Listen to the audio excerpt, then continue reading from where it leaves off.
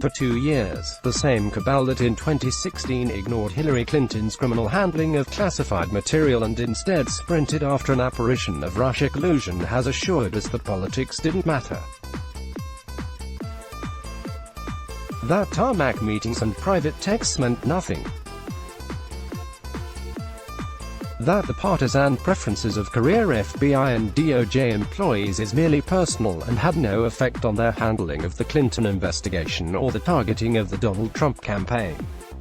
The gig's finally up.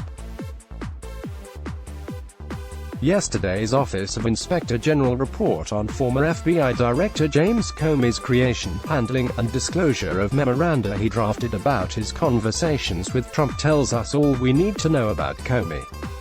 It was personal, all personal. Through our investigation we learned that Comey considered memos 2 through 7 to be his personal documents, like his will or his passport. The IG wrote in reference to 6 of the 7 memos Comey wrote between January 6, 2017 and April 11, 2017. Those memoranda memorialized one-on-one conversations between the then FBI director and Trump. Of those 6 memoranda, 4 he kept at home in the safe he shared with his wife, and later, after Trump fired him, Comey shared the memos with his personal attorneys. But as the IG report made clear, Comey's memoranda were records of official FBI business between the president and the FBI director. Yet Comey viewed the memoranda as his private property.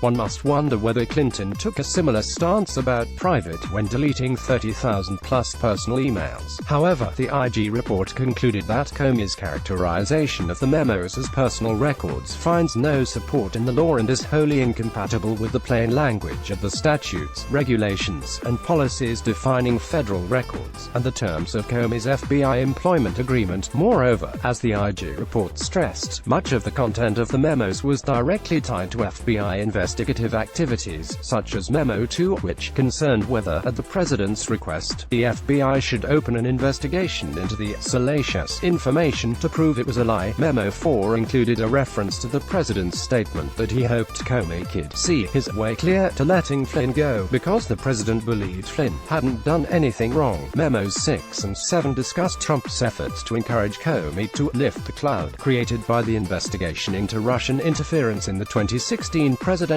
election. Comey also memorialized his repeated assurances to Trump that Trump had not been named as a subject in an FBI investigation. The IG report rebuked Comey for mishandling official FBI records, and for his many violations of regulations, DOJ and FBI policies, and Comey's employment agreement with the FBI. By not safeguarding sensitive information obtained during the course of his FBI employment, and by using it to create public pressure for official action, Comey set a dangerous example for the over 35,000 current FBI employees, and the many thousands more former FBI employees, who similarly have access to or knowledge of non-public information, the IG explained. That is all true and a devastating indictment of Comey. But what should be equally ruinous to Comey's reputation are the many times he admitted to OIG investigators that he conflated the personal with the professional, and prioritized the former. In addition to viewing his work-related summaries as his recollection recorded, like a diary or personal notes, in explaining why he read his second memorandum summarizing his private dinner with the president, Comey said he viewed Trump as fundamentally dishonest, and he was worried very much that Trump would say I had said things at this dinner that were not true. Comey told the IG that he saw that possibility as dangerous to me, but also to the FBI, but honestly, at this point I was thinking first about me, Comey explained, adding close second the FBI. The memo then served Comey as a personal aid memoir, something Comey said he felt necessary to protect himself.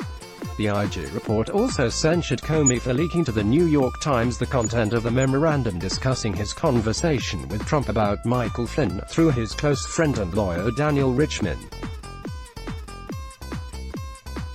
Although Comey violated controlling policies and his employment agreement in relaying the content of his memorandum to the Times, the former FBI director continued to justify his conduct, arguing he sought to prompt the appointment of a special counsel. It was an issue of incredible importance to the nation as a whole. Comey told the OIG, and he felt that taking action was something I had to do if I love this country, and I love the Department of Justice, and I love the FBI. But as the IG report stressed, Comey's own personal conception of what was necessary was not an appropriate basis for ignoring the policies and agreements governing the use of FBI records.